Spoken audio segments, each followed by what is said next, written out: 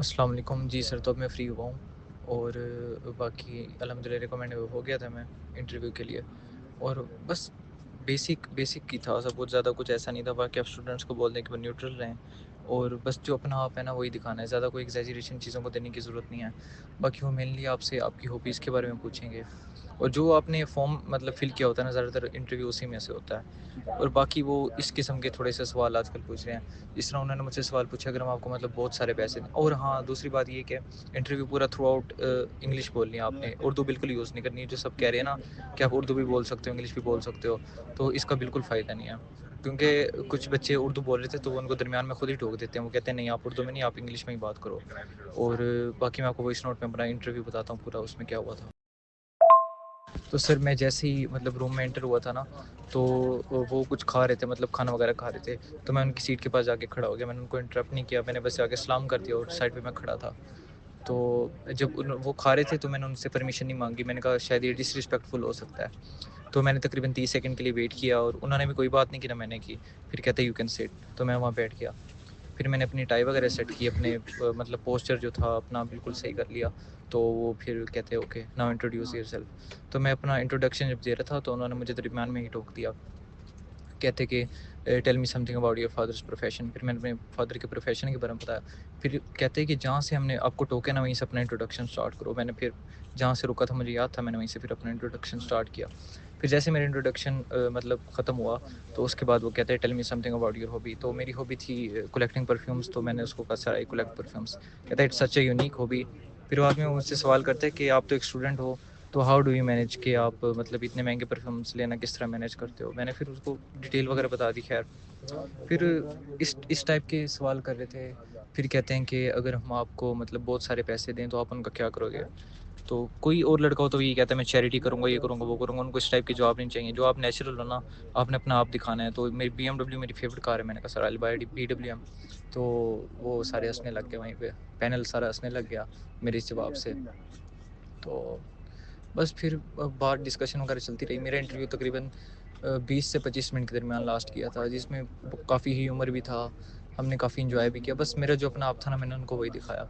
तो मैंने यही नोटिस किया कि अगर आप मतलब सच बोलोगे ना, और जो आपके फॉर्म में अगर आपको वो सब कुछ याद है, so you will S it. और आजकल परसेंटेज काफ़ी कम हो गया, मतलब 32 में से हम 6 बजे सिलेक्ट हुए हैं।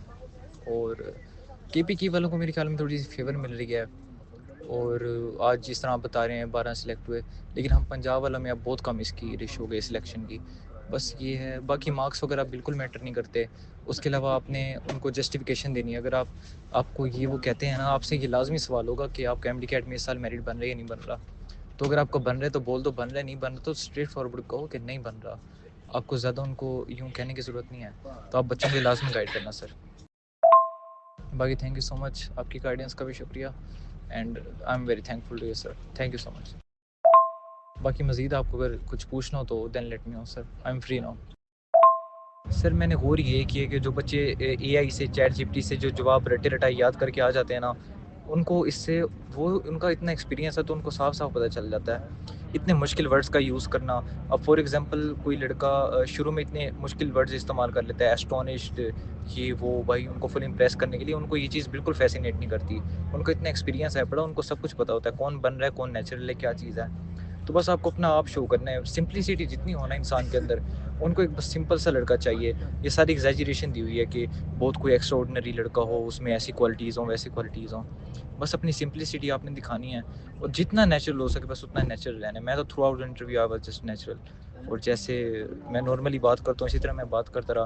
दे वर स्माइलिंग, एक अच्छा सा गेस्चर भी दे रहे थे। बाकी इतना कूल इन्वायरमेंट था ना सर। बस ये एग्जैजरेशन बनाई हुई है कि इतना आपको वो करते हैं, आप पे प्रेशर डालते हैं, बर्डन डालते हैं, ऐसा कुछ भी नहीं था। I will be honest sir. और I enjoyed the interview throughout sir. It was an amazing amazing experience sir. बाकी हॉबी पे ना लाजमी क्वेश्चन होता है, तो हॉबी सोच समझ के, अब जिस बच्चे ने अपनी हॉबी गलत भी लिख दी है ना, तो अब उसको इस चीज़ का ख्याल रखना है कि वो उसके बारे में ज़रूर कोई ना कोई इन्फॉर्मेशन ले। हॉबी में से वो ऐसा सवाल आपसे ज़रूर पूछेंगे। अगर आपने गलत हॉबी लिखी है वो आपको लाजमी फंसाएगा उसमें। सर बच्चों को ये नहीं सोचना कि मैं ऐसा जवाब दूं जो अगले बंदे को पसंद आए। आपने वो जवाब देना है जो आपको सही लगे। आपने ये नहीं सोचना कि मैं ये जवाब दूंगा उसको ठीक नहीं लगेगा, बल्कि हमें इस तरह से बात करनी है जो हमें ठीक लग रही है।